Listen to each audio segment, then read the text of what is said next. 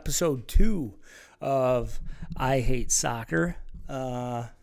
Episode 1, didn't get that many views, but I didn't really market it because just wanted to see what the generic reach would be like, or what the generic views would be. We spiced it up and made a couple other topic videos, but mostly it was about our homeschool program or the art of being recruited, and then my concussion take from last week on Tua and the Bills and whatnot. But the show's kind of going to go the same this week. About 5 topics, including an NFL topic to end with. About another one of my hometown teams, or really adopted hometown teams. But I wanted to start out with what's happening at PlayMaker, what's coming up at PlayMaker specifically. Starting on Saturdays in October, we will be out in Orchard Park. And what we plan on doing is we are going to kind of build out training groups on Saturday mornings in Orchard Park, and we're going to put up on our website, hopefully by the end of this weekend. Right now it's Saturday. By the end of this weekend, we're going to have a sign-in sheet or sign-up sheet, and we are going to open it up to as many players that want to get in, but we're limited on space in Orchard Park, so we're going to limit the sessions to like 4 or 5 or 6 players. We haven't really decided on what the size of the groups are going to be, or the format. But that information, once we get the players, the interest up and involved, we're then going to basically hash out the plan, or the training practice plan, where how many weeks it's going to be involved. What I plan on doing is, if you sign up to join the group, then that group will be locked in, and let's say 10 people sign up, but only 5 are allowed to train at a time. Well, how it's going to work is, on Monday, I will send out, first come, first serve, first 5 to respond to this email. You're in for this Saturday. And that's how I plan on setting up the inaugural group out in Orchard Park. I've been wanting to get into a second area for a long time now. I think that to really help out the market how I want to help out the market, and this is why I hired staff as well, is that I want to be in multiple places. What happened when I would hire staff is that all the training was here, and I'm trying to expand our reach, and not by having staff, but being in multiple locations. So look forward to that, and that will be out sometime this week. Another topic is the art of being recruited. It's going well so far. Pretty happy with the feedback that I've gotten.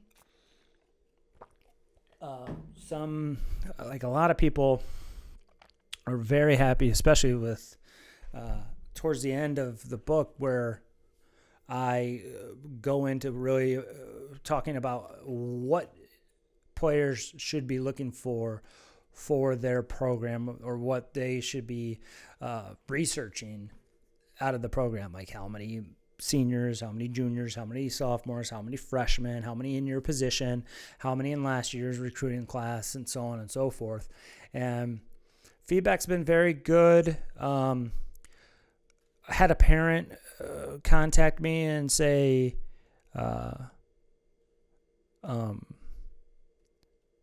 basically what their situation was, and how similar some of the cases were with them. And we got to talking back and forth, and I think in the second version, or the second edition of that, I think I'm going to have a parent survey, just so that just for parents that have been through it, and advice they give to other parents. because it's like those memes and stuff. It's like, okay, with the first child, the world is falling, the sky is falling, life is ending if the kid has a paper cut.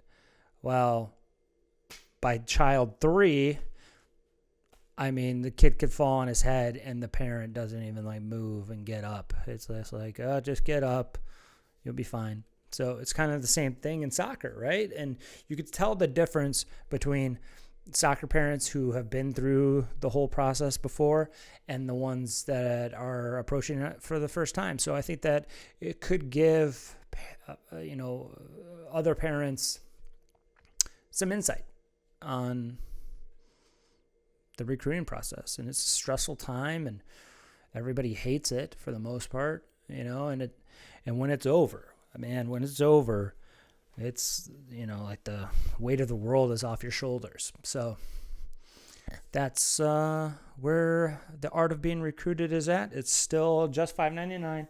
It's on our website, playmakertraining.com/recruited.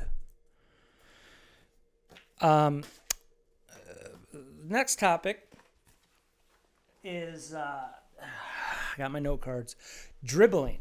And the art of dribbling. And yeah, I know the art of being recruited and the art of dribbling, but it's true. Dribbling is an art. Dribbling is technique. Dribbling is skill. But a lot of times over the years, and again, this is, we're almost to year 10 of PlayMaker Training just in Buffalo. And throughout the years, I've always had parents ask, can you work on moves or teach my players moves? And to put it gently, we don't work on moves. We don't. I'm not one of those guys that would get everybody in a circle and then shout out scissor, and then every player does a scissor, or Maradona, and then every kid does a Maradona. I don't think that teaches technique. I don't think that teaches creativity. I don't doing a move on command. I don't see the benefit of that.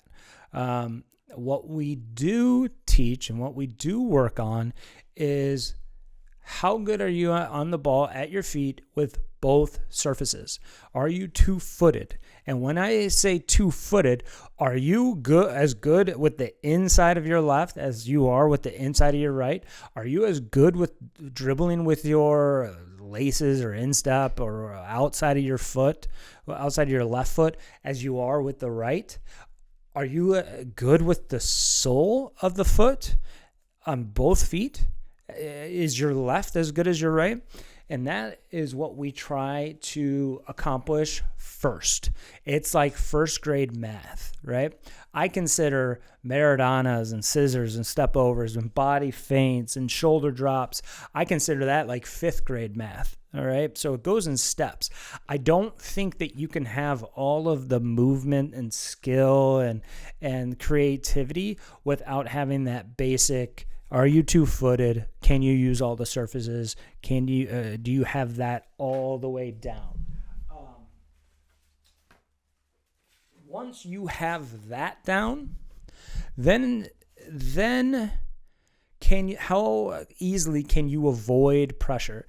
Can you move side to side? The most important move or skill in soccer is really, can you transfer the ball from your right foot to your left foot and the left foot to your right foot?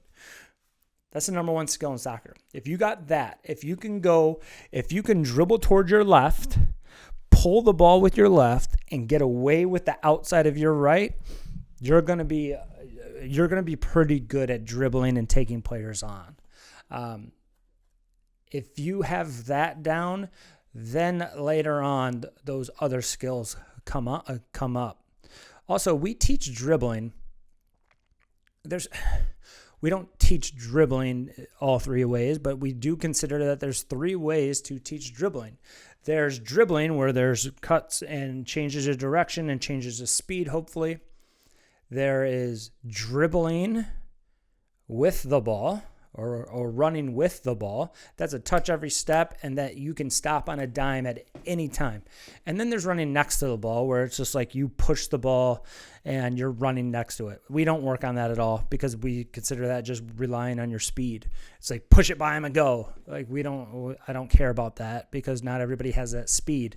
And I mean, if you have that speed, congratulations. If you don't have that, if the players don't have that speed, they need more touches. They need more. They need to have more control of the ball. So I just lost my train of thought for a second. I mean, another thing that bothers me sometimes, it doesn't bother me, but this has gone on for a long time. Back when I was at the old place, I was at Sports Performance Park. We had a girl, high-level player, but she was a high-level player, but she was maybe middle of the pack, the bottom third of her team, of her very high-level team. And one of the best players on her team trained with us consistently. At that time, she had trained with us for 4 years. This is 2018, 2019, 2015 to 2019. This girl has been trained with us. She still trains with us, but she had been trained with us for 4 years. We then get this player that is at the bottom of that same team, and they contact us and say, hey, we know that you work with such and such, and we want all the skill that she has. We want you to help our daughter to get the skill and the confidence that the player that you've worked with for 4 years. They gave us a month. They trained once a week for a month. And then they were like, well, it's not really worth it. It's like, wait, you want the skill of somebody that's been with us for 4 years, but you're not willing to put in the time and the work and the hours. I don't even know where that player is now. I don't even know if she's still playing. I know that the player that's trained with us is, but you can't look at a player that has trained with us for 3 years, and then if you've come in and trained with us for even just a year, you're not going to be equal. You're not. Maybe that's arrogance from my part. If so, I don't mean it that way. I just think that, if a kid has a club training session 3 days a week, and then they're here once a week and sometimes twice a week, and then you're comparing being here for 6 months and once a week,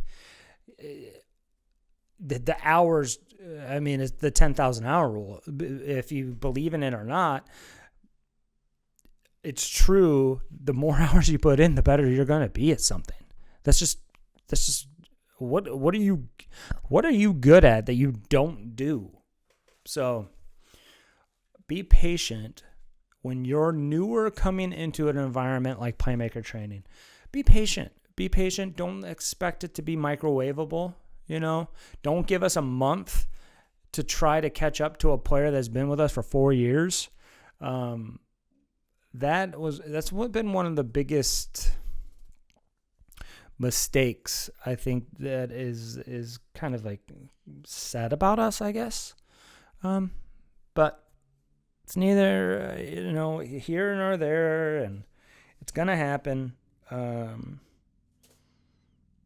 But know that development, and I went through some YouTube videos over the week, and I used to say development takes years. It does. It takes years. It doesn't take a year, there's more important stages. Like, I think that from 3 to 9 is more important than 10 to 15 in terms of technical skill, but it takes years. Everything takes years. We're working with high-level players today, and they all need work. Nobody is a complete player. Nobody is a complete player right now.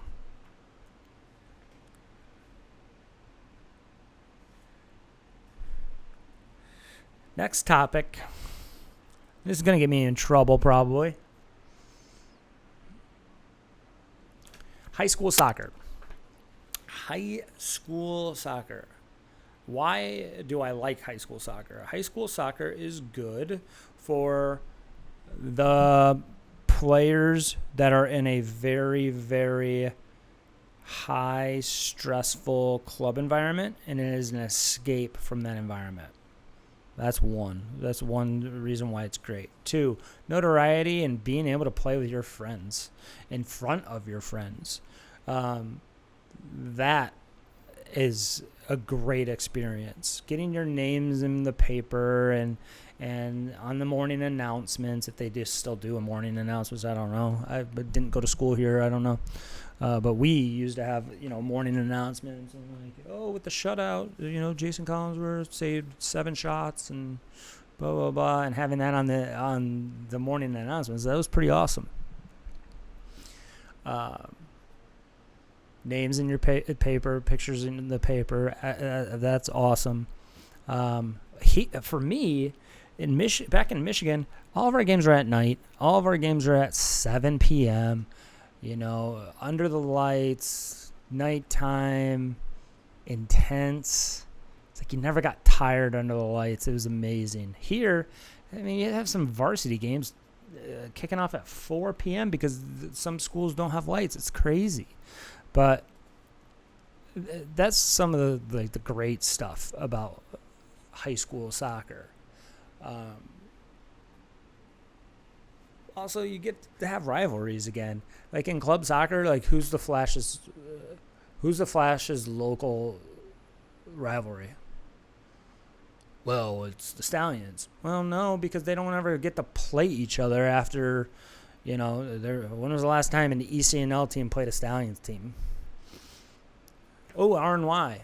When was the last time the Flash ECNL girls team played an RNY GA team? There are no rivalries anymore, In Michigan, there can be, you have, Liverpool and you have Nationals and you have Hawks and stuff like that, but that's a soccer hotbed. We don't have a soccer hotbed here. So you still have rivalries and stuff like that. You got East versus South and stuff like that. So, and that's good, and bragging rights, and that's what's great about high school soccer. What about what's not good about high school soccer? Can we talk about that? Are we allowed to talk about that? Or is everything good? We're only allowed to talk about the good stuff. That's how I'm treated. Negative Nancy over there, shitting on Western New York. 10 years ago, when I was a varsity coach at Birmingham Groves in Michigan, I tracked every single hour of the season, from practices, film I counted as a practice, right? Team meetings I counted as a practice. Game warm-ups I counted as game hours and games. And I tracked hour by hour. In last week's episode, I talked about how Real Madrid has a training-to-game ratio of 8-1 and still has 2 days of rest. That year that I was varsity coach, we had a hour-to-hour ratio of barely 2-1, where we had 2 practice hours to 1 game hour. This is 10 years ago, and this is in Michigan. You can't complain. So I'm in New York. It's 10 years later, and the same situation is going on. I had a high school coach come at me, talking about how negative I am, and then I look at their schedule. They've had 7 games in 17 days. Okay. 7 games in 17 days. Okay. So what's 17 minus 7? That's 10 days. 10 days. Okay. So how many days off? Oh, 2 per week. Wait, what? You have 2 days off per week? Yeah. Okay. So 10 minus 4. Okay, that's 6. So you've had 6 practices in 17 days to your 7 games. What's that ratio? Guys, the training to game ratio is terrible. The schedule is terrible. I don't understand why we started this year the final week of August. Usually it's like mid-August. In Michigan, it was always the week of August 15th that we would start. I think people are like, well, then how would you solve it, genius? Well, okay, you want me to solve it? I'll solve it. How about we start tryouts the first week of August? Start tryouts the first week of August. Then we have 10 days of training before you can play your first game. The week of August 15th, whatever that week is, that's when you can start having games. You cannot have more than 2 games per week. You cannot have back-to-backs. How about that? Problem solved. If I was a high school soccer coach, I would want Wednesday, Saturday, Tuesday, Saturday games. And I would have night games. I would always have them at 7 p.m. We did that once at Lake Orion High School. We did night games on Saturdays, and it was kind of like Friday Night Lights, but then it was Saturday. It was pretty awesome, actually. So if you're in charge of a program, it's sometimes a cool thing to do. But that's what I would do. And then I would limit the games to 4. Well, I said 16, but then I guess it's already reduced to 16. Why? Who knows? But okay, go to 14 games. Go to 14 games. And another thing that I don't understand here is that in Michigan, it's Division 1, 2, 3, and 4. And you can have private school based on school size. So like Marion and Brother Rice, when I was there, was Division 1. But then Detroit Country Day, where I coached, we were Division 3. And like I'm not sure what goes on here because private schools have their own state championship. No, make St. Mary's have to play against a Clarence or against Williamsville South or something like that to get to that next level. And people are like, well, it's not. Well, it's unfair because they can recruit. Make rules, Western New York. Make rules, or state of New York, whoever is in charge, make rules against club coaches being able to coach high school soccer. That's been in play in Michigan for 20 years. When I went to go be an assistant at a local high school, I was coaching a U13 girls team and that I had to give up. Otherwise, I was breaking rules where you can't coach more than 4 7th graders in the same school district if you're a varsity coach. In the same school district, not in the same school. So let's say you're Williamsville South's girls varsity coach, okay? Let's say Carissima wanted to coach at Flash or wanted to coach at Amherst Soccer Club. If she wanted to coach at Amherst Soccer Club and coach at South, she could not coach over or older than 7th grade in Michigan. And you know what that causes?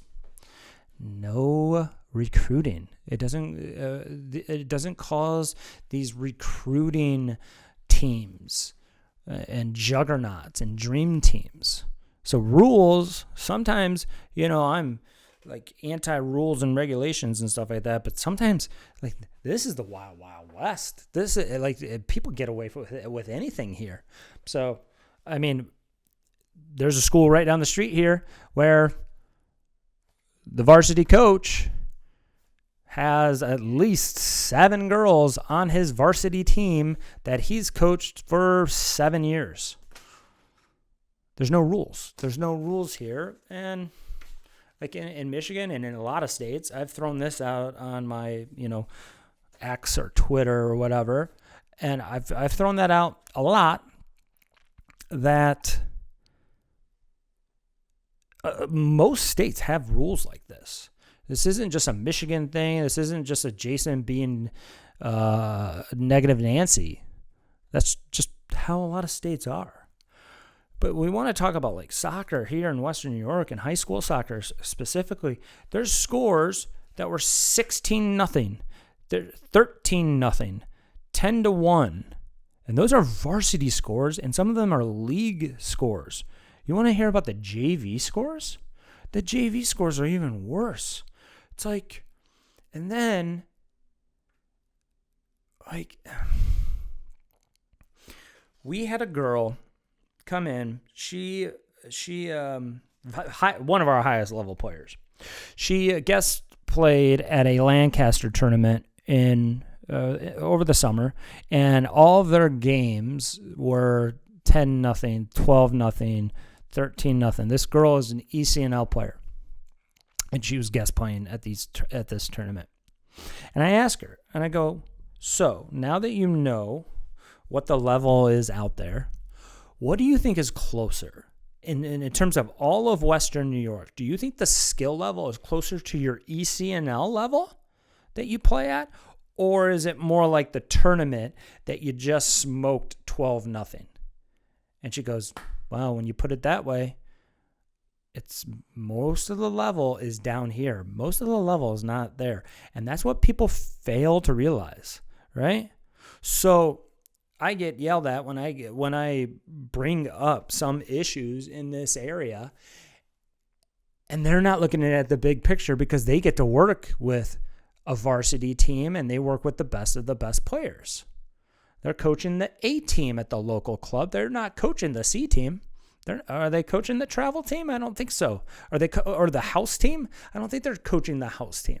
Are they coaching? Are they coaching some of the inner city, like I don't know, Tapestry, right? Are they coaching Alden teams? Those types of players, Akron JV just smashed somebody like 12-2. Little Akron does a pretty good job right now, and I'm happy for them. But and their varsity team is doing actually pretty good too. But 16-0, 12-0. Most of the scores are like this, guys. Very rarely am I seeing 0-0 or 1-0 or 1-1, and then we have overtime and double overtime and all that. Yeah, overtime. You have 7 games. You have 7 games in 17 days, and you have overtime in high school soccer. Make it make sense. Please, somebody make it make sense to me. Anyway. There's even more issues that I wanted to get to in terms of this high school topic, because there are 26 kids on a roster, and barely. How do you get 26 kids into a game unless it is 16-0? Is that why? Is that why you have that many players? It must be. Man, it's 26 players. I mean, 20 players is tough. But how do you get 20 kids in? How do you get 26 kids in a 40-minute half game? So 80 minutes. I don't know how you do that. Last little topic while I'm on it is what are these high schools doing when they have 2 good goalkeepers? If they have 2 decent goalkeepers, are they both playing in goal? Do you have one starter or one non-starter, and so the non-starter doesn't get to play at all? When I was in college, there's one other freshman goalkeeper and me, and we went in the same year. And how we rotated was We would rotate each start, and if we had a shutout at halftime, we got to stay in. And looking back, I hated it at the time because, like, there was one game we were like an NAIA school. We were playing Western Michigan. Western Michigan that year ended up making the tournament that year. But if it was like 1-1 and you're playing a really good team, you should be able to get to stay in. But anyway, but it's neither here nor there. But how do you deal with two good goalkeepers? I think you should rotate halves. I really do. If they're pretty equal, you should rotate halves. If you rotate every single half, I think that's fair. And they know, and it's like, well, I get to start next game, and so on and so forth. And no matter how well you played in the first half, you're out. And that's how Anson Dorrance used to do it, until about tournament time, and then he would pick like the hot hand and stuff. And I really think that's the way to do it.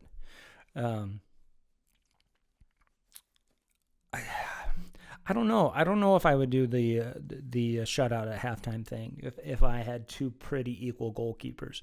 I'd want them to play. I would really like the other one to be able to play on the field too. But if you're gonna play, it's kind of like if I'm evaluating two number 10s and they're both very good on the ball. They're very good at creating goal scoring chances, and they're just excellent goal scorers. And if they're equal, what sets them apart? They're going to take the better defender. Usually at the highest level, especially. They're going to take the higher defender. With goalkeepers, who's better with their feet? If they are equal, if they can shot stop, if they can, organize a defense, if they're good off their line, if their command is good, if their presence is good, their positioning is great, they're good off their line, I would take the goalkeeper that is better with the ball at their feet in pass back situations. Goal kicks and punts, I don't care about that as much. And distribution, I don't care about. I want the player that is on their ball line not the ball line, but their angle of support is perfect in terms of playing with the back line. I don't want the keeper that's sitting in their box with their arms folded, killing grass in one spot. You should always be moving along the play. If the ball is on the far side, you should always be on that ball line, always moving, so that you're always an option. So that's just a little goalkeeping rant that I had, because I know of a couple players that are going through that right now. So high school soccer, man, this is going to be a topic every single fall, every single September. I'm willing to bring this up until something changes. And last week I said that there's a war on technical training. There's a war on high school soccer for sure, and it's been going on forever. I was at Wixom Soccer Dome in Michigan, and I went to watch some ECNL games, and I was walking in behind some Hawks coaches, and it was the last game before Michigan high school soccer starts. Girls soccer is in the spring in Michigan. And that's another thing that should change here. I don't know why both are in the fall. There's no field time. And I'm walking in behind some Michigan Hawks coaches, and they're like, it's the worst day of the year. Yep, worst day of the year. I just can't believe we have to lose them for 3 months, and they lose everything. Guys, that was 12 years ago. That was 12 years ago. That was 12 years ago when that happened.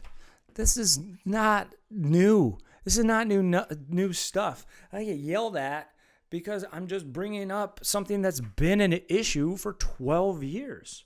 It's like, I don't know if people don't know what my background is or my experience is. They think that my first year of coaching was my first year here in Buffalo.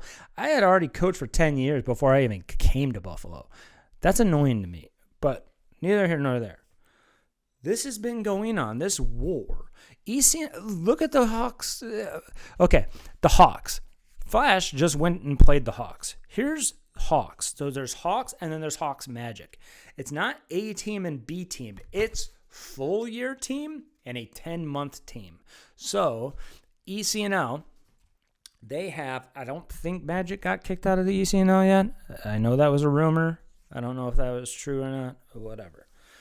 ECNL is the Hawks, but they don't play high school soccer. The second team, or the Hawks Magic, they do get to play high school soccer, and it's a 10-month schedule, and both of them are very good. A couple years ago, both of the 08s, Hawks and Hawks Magic, made Champions League, which is the top bracket of ECNL playoffs. They're not the only club to do that. There are talks that ECNL is going to end high school soccer.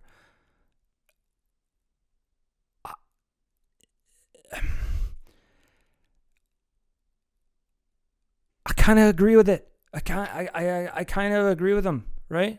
Now, in soccer hotbeds, when you get to play against your teammates and stuff, and that is so much fun.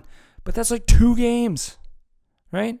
2-3 games. The rest of the games, you get to rack up stats. I'm done. I'm done with the high school rant. I'm done. Okay. Last topic. A good topic. A fun topic. Well, could be fun. So, NFL topic. So I was born in Kansas City. I've been a Chiefs fan since I was 6. I went to my first game. All I remember from my first game is at the halftime show, there were a bunch of Batmans. The movie Batman came out, and a bunch of Batmans were on the field. We were playing the Vikings. That's all I remember. Turns out it was the cheerleaders dressed up as Batmans. I didn't know. We were going to get like popcorn or something like that.